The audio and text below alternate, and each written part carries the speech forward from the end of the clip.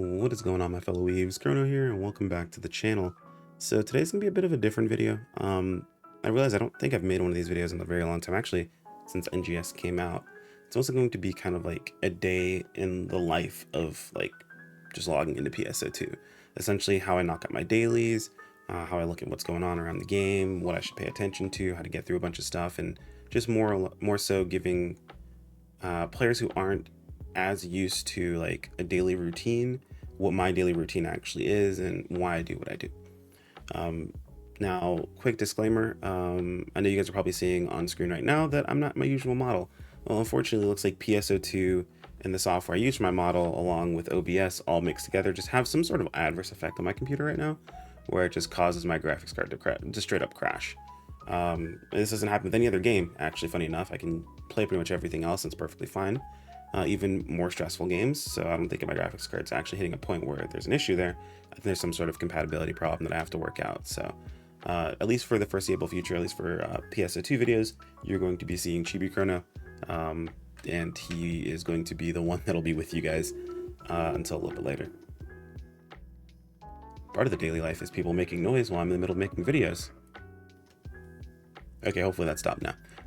But first things first, we've just logged into our main character. The one thing I always do is if you have multiple characters and you are like someone who likes to funnel all of their, biggest stuff into their main character, log into your main first. That way you don't accidentally get login bonuses on the wrong character because you automatically get them. You don't have any choice or decision.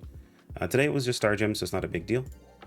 It's also during the Oshinoko collab, so we're going to get that login bonus as well as just a regular login bonus. I think that's actually a premium login bonus, not Oshinoko. I think I've got all the Oshinoko collab login stuff, and then you immediately get the notification for Star Gems. We'll take care of that really quick. This resets at 4 AM, so if you're online till 4 AM playing PSO2, you might have already got this. Oh, we got the key visual. Not the one that I wanted, but honestly not a terrible one. We got a 901.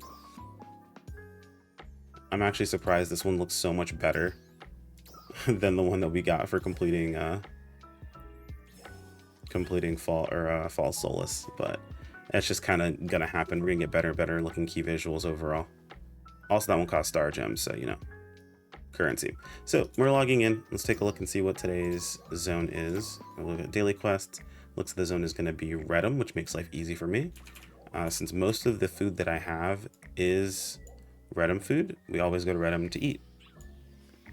So I'll see you guys there. All right, arriving at Redum.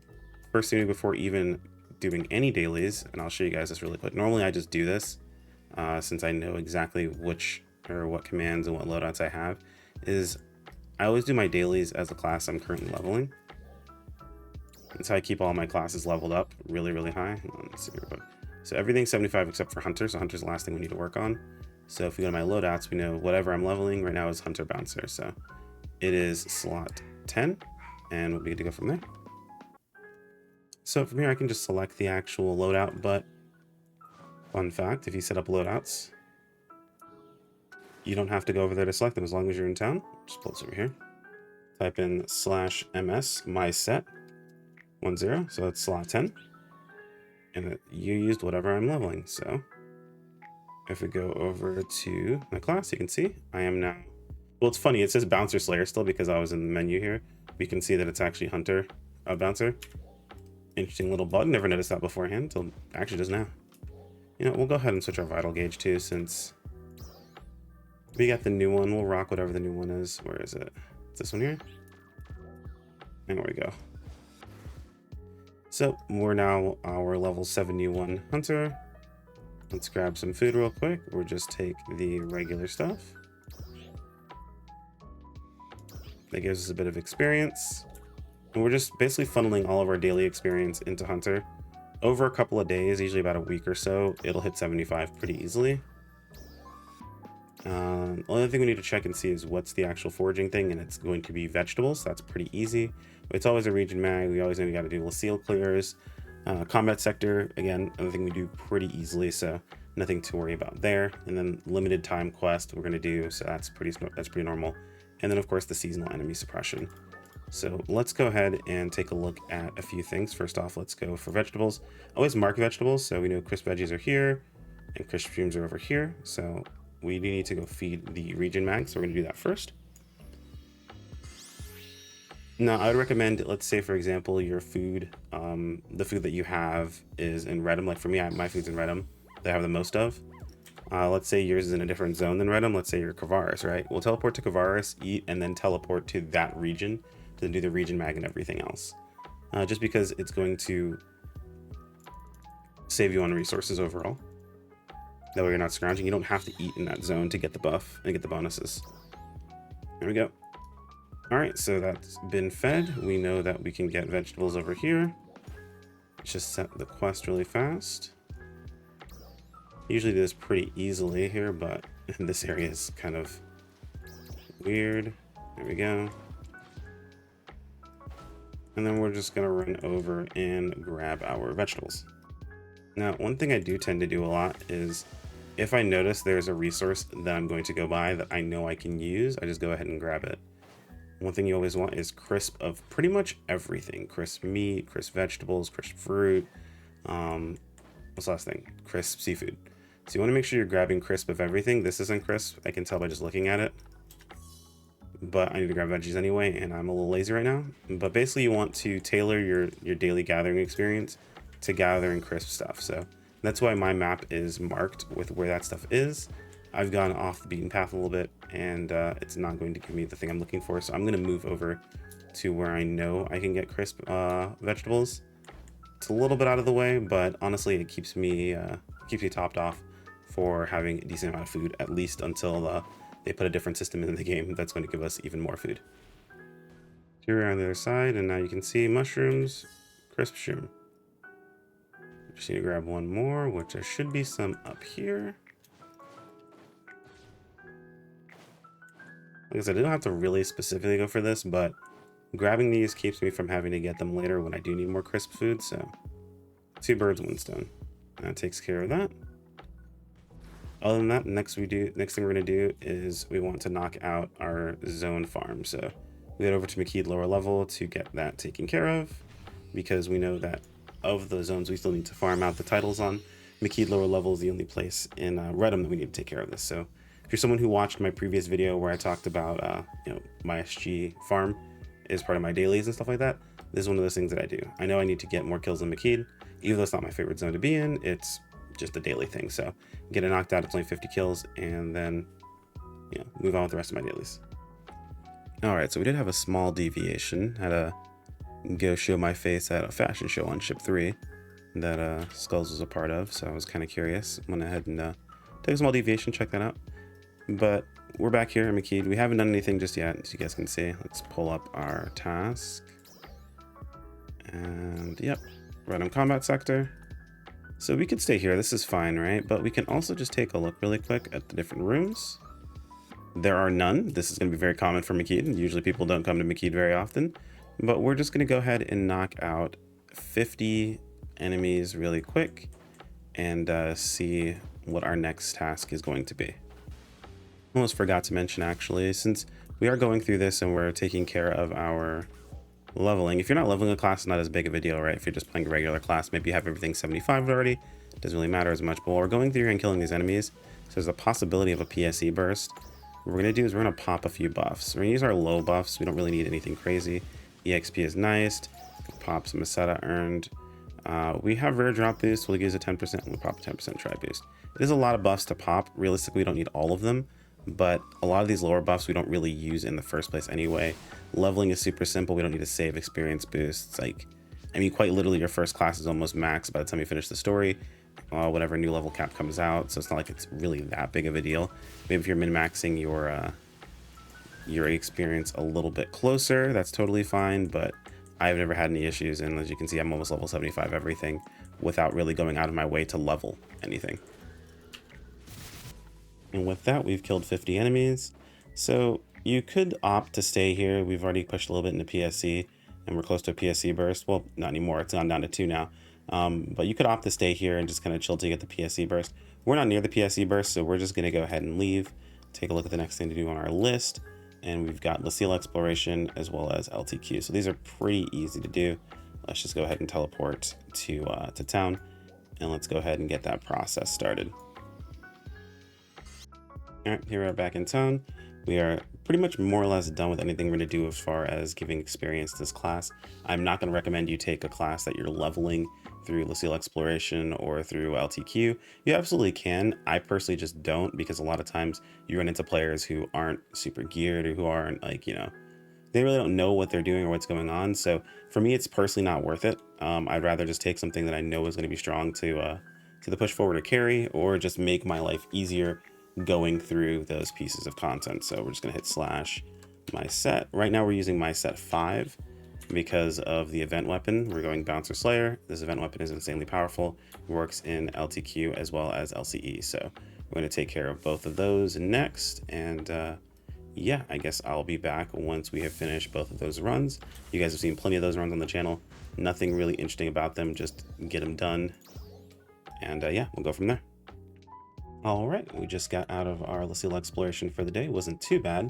We had Bousion Day, was Bousion with attack speed and PA damage bonus, which felt pretty good, honestly. Not exactly the best, definitely not normal attack day, but not a bad day. A day I can more or less, if I'm playing on my main class, pretty easily at the very least carry to 3 clear, or to 3 reward clears. A full clear is just going to depend on the group that you get. And my group was actually pretty good, so let's take a look at what we have left for our dailies. As you can see, our dailies are completely knocked out.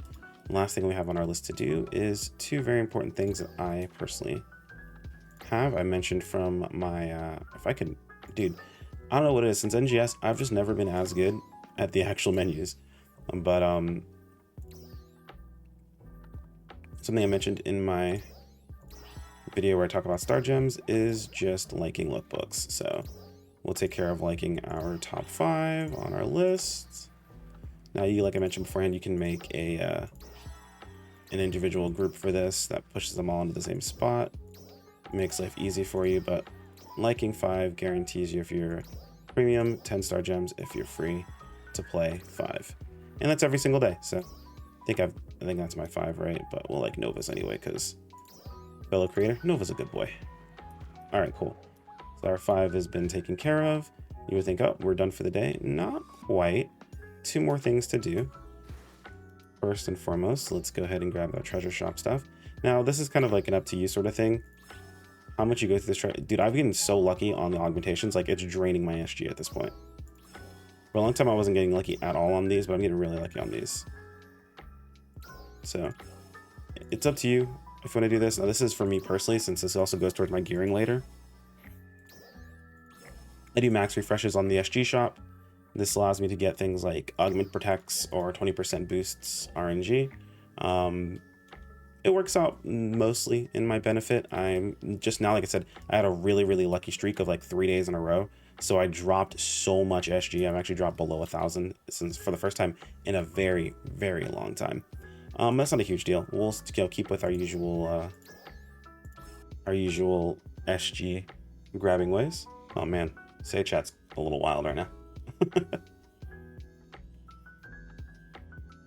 And teleport directly into our creative space, our personal creative space really quick, because we need to grab a few things. Now, I know some people like chase specific trees and things like that when it comes to creative spaces. I found I've never needed to. Oh, you guys can see this dumb little bug in real time. For some reason, every time I teleport into my creative space, I'm stuck crouching like this. Just, crouch boy. Weird.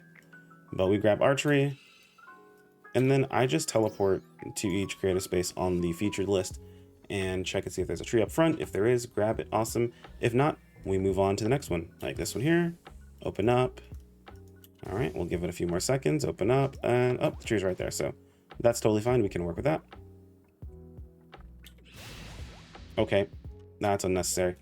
And we can just open up creative space and teleport to the next one. And we just do that until we max out our GP allocation for the day.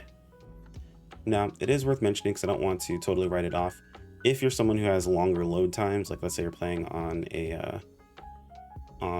just a standard hard drive, or start now, or you are playing on a console and the load times are just a little unbearable, it is worth going out and trying to find specific trees. I know there's some people that have lists online or that post whenever they have rainbow trees and things like that. It is based on your UID. But a PNID, or it's based on your ID, essentially. It's based on that ID itself. So whenever I think it's like the last digit of that ID. I don't know exactly how it works. I've seen people post about it on Twitter. So in case you're curious, I know Uber has a post about it and he explains it. So feel free to check out his Twitter account, or his X account, I guess, which talks about it. But it is worth going ahead and mentioning that if you're one of those individuals and those load times are just super awful for you, you can't just jump through creative spaces like I do, then yeah, it might be worth more of your time to go ahead and just jump to the specific ones. This is one of those longer creative spaces that seems really cool, but oh, no, never mind. They put the tree in a good spot, so nice. It seems cool, but some of these, like, either they put the tree in a hidden corner somewhere, or they just don't put one up at all, and it's really annoying. We don't need to worry about going all the way back. We can just teleport, and we're good to go.